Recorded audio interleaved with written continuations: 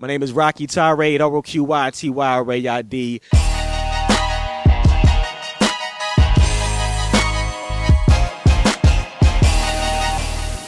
Just being surrounded by just dope music, man. You know, like that's when it was really accessible on the radio. Of course, you had, friends, peers, and people who had a higher taste and higher standards for music.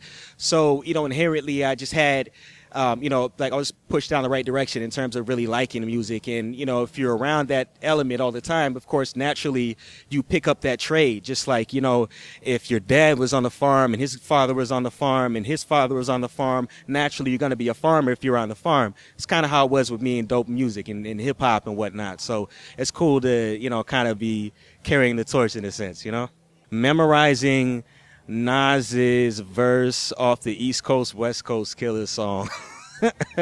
Remember that? That was probably like, I spit it back and I was matching the cadences and stuff like that.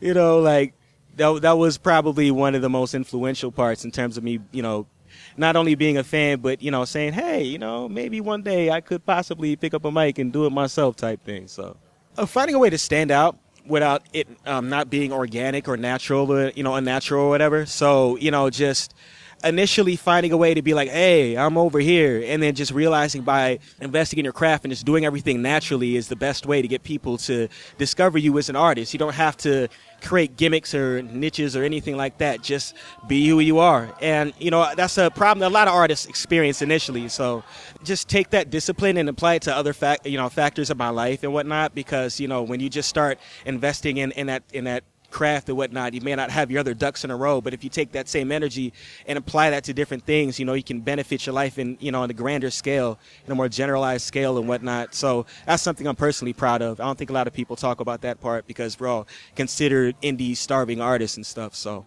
he did it and he was 100% him, and I'm going to do that, follow that path, and be 100% me, no matter what happens.